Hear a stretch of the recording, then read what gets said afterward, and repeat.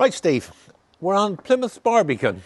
I've just come from New Quay, where in medieval times there was a sanctuary cross, which gave criminals who wanted to seek sanctuary from one of the two monasteries in Plymouth, the Whitefriars and the Greyfriars, they could seek sanctuary there for 40 days. So they were safe. So that was a cross down there. It's gone now, nothing exists. I'm walking up Friars Lane now, which has always been called Friars Lane. There's a sign for it up there. And just at the top of Friars Lane, it joins New Street. Now, New Street in the old days was known as Rag Street, but before that, Greyfriars Street. That's because the road leading from the Southside Street or the end of this New Street, you could come up here and this would be the Greyfriars, this area.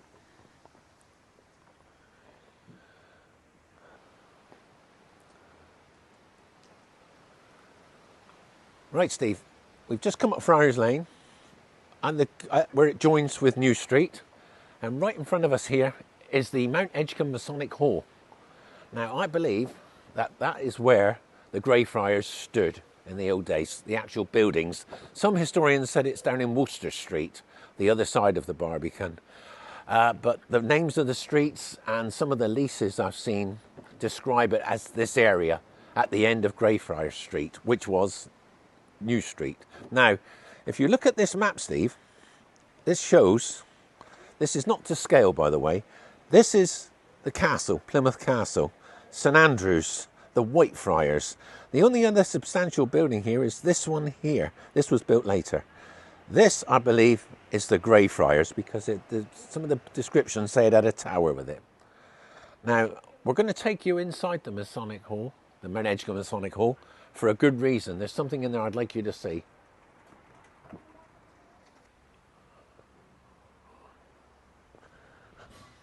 So, Phil, what happened to the monasteries? Well, the two monasteries in Plymouth, the Whitefriars and the Greyfriars, in 1533, well, after Henry VIII married Anne Boleyn against the church's wishes, there was a lot of opposition to Henry. The monasteries in Plymouth were against him for what he did. So a lot of the people down this way, a lot of the friars, were sort of put on trial. Father Gawain, one of the most prominent, was actually sent to Launceston jail and imprisoned. Other friars were put in pillories and stocks down on the Barbican. So they were taught a lesson really by the king. When he dissolved the monasteries in 1538, Plymouth, he sent down the Bishop of Dover to Plymouth and dissolved the two friaries in September 1538. Those buildings were later sold off to private enterprise. But at the time, there was a lot of problems because the people of Plymouth liked these friaries because they did a lot of good for the people of Plymouth. They helped the poor. They would stand at a cross, like St Andrew's Cross and other crosses around the town, and preach. So people didn't have to go to the churches if they didn't want to. Right, Steve, I'm now going into MOUNT EDGCUMBE Masonic Hall, and I think you'll be quite surprised at what we've got to show you inside.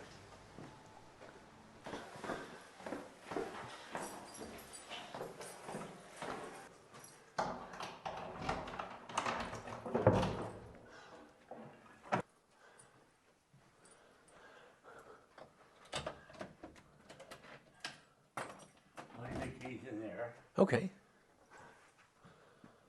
Oh, man.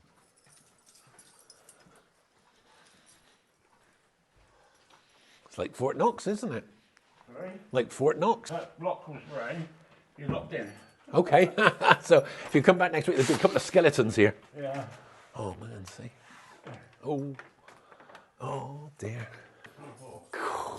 We don't know what it is, you see. They said there was no town wall. But I believed in the Civil War, they built a wall here. They built some kind of wall because it's mentioned in the accounts and it was faced with stone. But it could be, this could be the Greyfriars Monastery. Some of this could be the Greyfriars Monastery.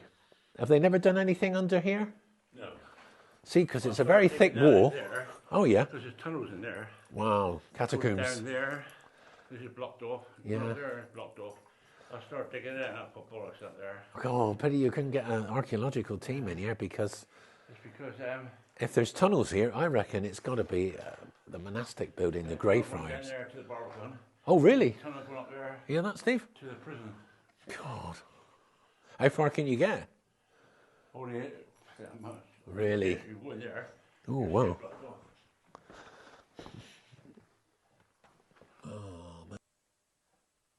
Well, Phil, this really is exceptional, isn't it? Isn't it good? And I have to wonder just how many people in Plymouth who are interested in history have ever seen this.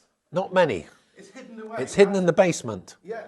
along Citadel Road East. Like I said, the Mount Edgecumbe Masonic Hall. It's gone out. Yours? Doesn't matter, you've got a picture of me. It looks like, to me, this is an earlier wall. This is why what I think could be part of the old monastic building, the Greyfriars. And then at the time of the Civil War, when they built an inner wall and kept reinforcing it over the 4 years, this could be added on. There's an aperture here, if you see, Steve. Some kind of aperture. Don't know if it went all the way through or what, but it looks like part of the town wall. Wall here, Phil, looks, if it's added on to this bit here. Yes. Could you just do that with your hand, please, Yes. Phil? So this bit upwards, Yep. This is the new piece. It looks like a newer piece Yes. on top of an older which piece. is this piece here. Yes. And it's the really, really thick bit, It's isn't very thick. This is. It I looks mean, about 10 foot thick. It's incredibly thick. You can see how they've built it. Just picked up all the stones. Like I said, it could be some of the stone from the old Greyfriars, because that's what they used. There's some stone over there. There's a sort of an archway leading there. That's not old. That's new. But it looks like, if you go in there, there's apparently tunnels leading off to the left and right. So let's look in here then, see what we can see.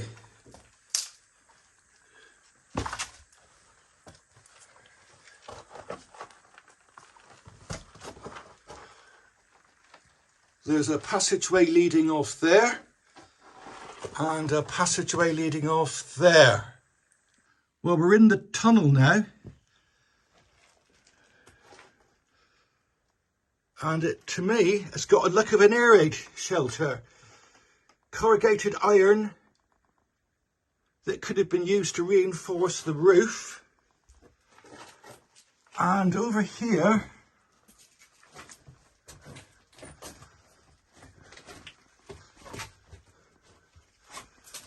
looks very much like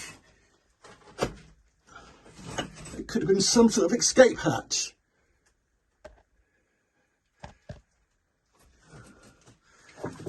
And there's another blocked up aperture here.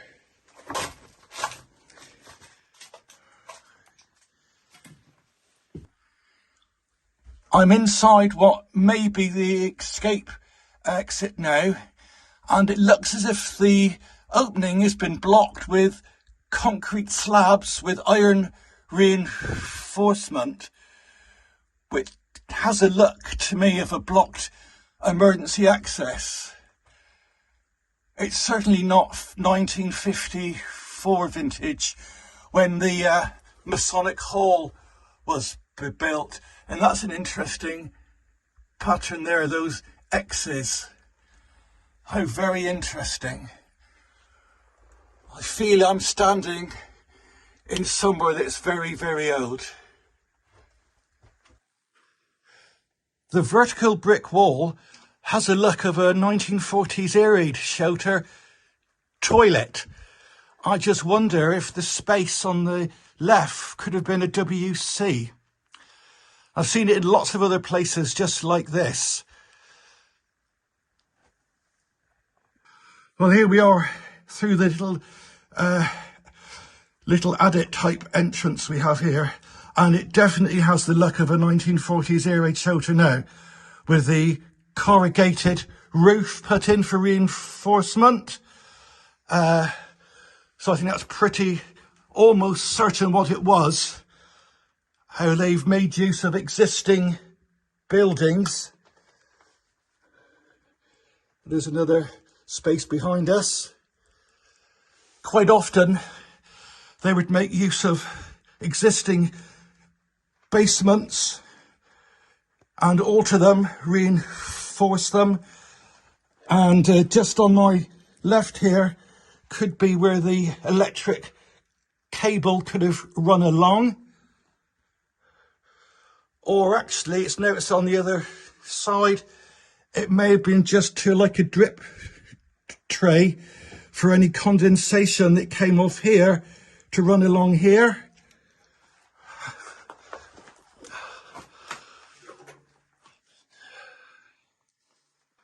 Here we can see Phil. Give us away, Phil. Who's looking through the other aperture there. We can see the corrugated iron ceiling. That leads to another rectangular access to a space within.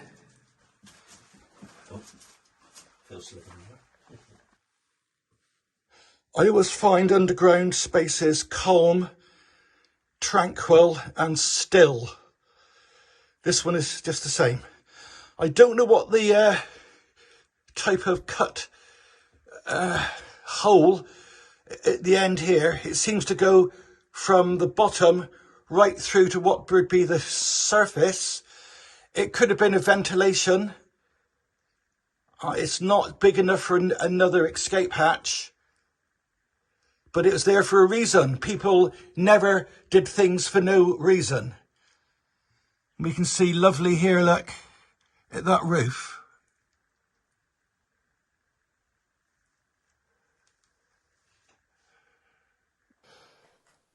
Well, that was the most unexpected.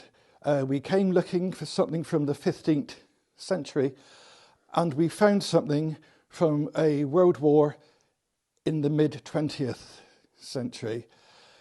So I think the question is, what building was here in World War II that the civil defence people took advantage of it being built on a hill, which meant you can get the underground protection? Fascinating. It just goes to show in Plymouth there's always history to be found if you just look.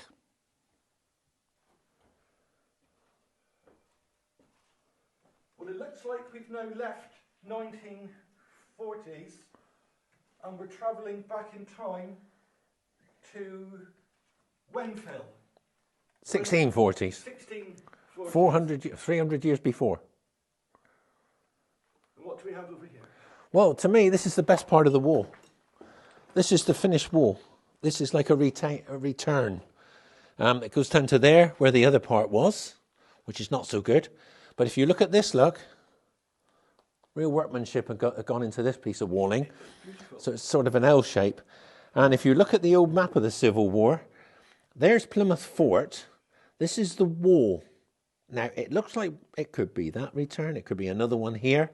But it looks like one of those angles is on this map. Proof that there was a wall around Plymouth during the Civil War. So, Phil, am I right in thinking that you're talking about the wall of the English Civil War in Plymouth being built on the foundations of the earlier Greyfriars construction? Yes, some of this would still be here. Some of the walls would have been very low, a couple of feet at the most. Because if we talk about the Whitefriars, that friary mill, you could still see when they did excavations, there was still a couple of feet of walls there, foundations. So it looks like they've utilised the old part of the old wall of the monastery, or some part of the building, and just added on. But it's a better finish on this. So it looks like they've had a wall all the way around here. So this wall would have gone to your left, but unfortunately there's nothing left of that. But there must be something in basements further down.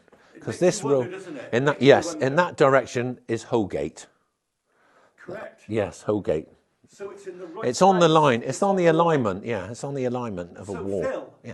Would we be on the inside of the wall? Yes. Or the outside? You'd be on the inside. Yes, on the inside. No. Here. This is the inside of the wall.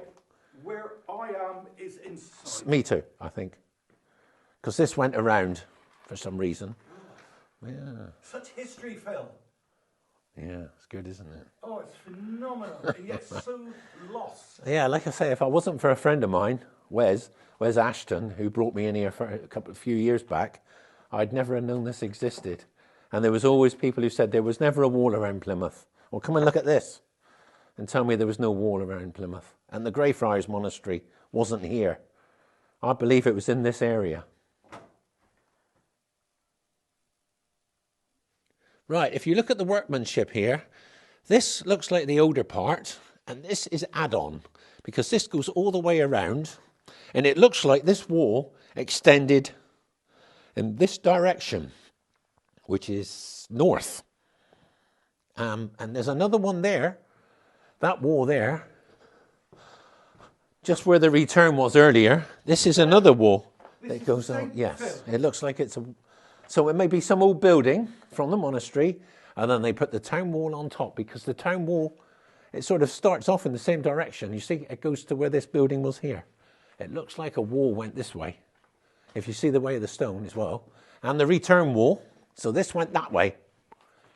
Crazy to think of that, isn't it? I wish we had a map of it. I wish we had some diagrams, just to show us what we're looking at, really. And also, this is all conjecture. There's these holes here, look. That could have been later add-ons, because they don't make sense. That could be add-ons. See, there's holes here. That could be someone's piled something in there for some reason. What it makes me think of is a temporary wooden roof on it. They're too small. You'd have to have been... When you look at older buildings, they're massive. Yes, they are. You know, they're quite big. It's like a 4x2 piece of wood going in there. But that aperture always... It always fascinates me. I wish I was an expert and I knew what I was talking about, really, but this is all guesswork. But it's history, and I love history.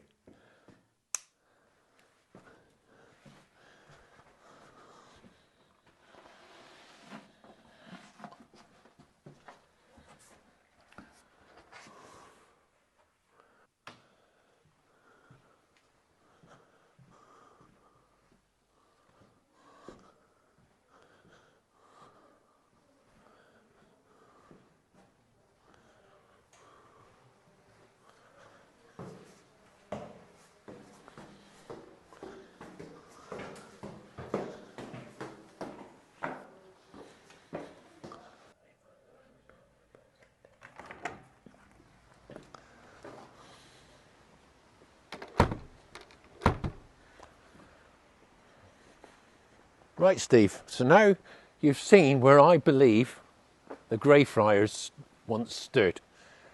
It's hard to think of it now when you look around. There is old wall there, but how old is that wall? You don't know. Now, after the dissolution of the monasteries, the White Friars in Plymouth and the GREYFRIARS in Plymouth, the buildings went into disrepair. They were let to go. People robbed them of their stones. When the priory at Plymouth was taken over by Henry VIII, was dissolved a year later, a lot of that stone went to make the village of Underwood, to build the houses in the village of Underwood. So I'm sure if you go to Underwood and see some of the older houses, you might see some ecclesiastical stones that were part of Plymouth Priory. But like I said, they dissolved, they were sold off to people. The first man who bought the White Friars died 5 years later without paying any of the money to the crown. So that was resold. Both of them were resold to another family in Plymouth, who just flattened the sites eventually and built on them. So there's nothing really left to show the two friaries that were in Plymouth. Nothing exists. When you go to other towns like Gloucester, you can see friary buildings still there that are still remain. It gives you an idea what they look like. In Plymouth, there's nothing left, unfortunately. But we have found a little bit today. We found a little bit. We're not 100% sure, because like I said, it's only guesswork, but it's on the right spot.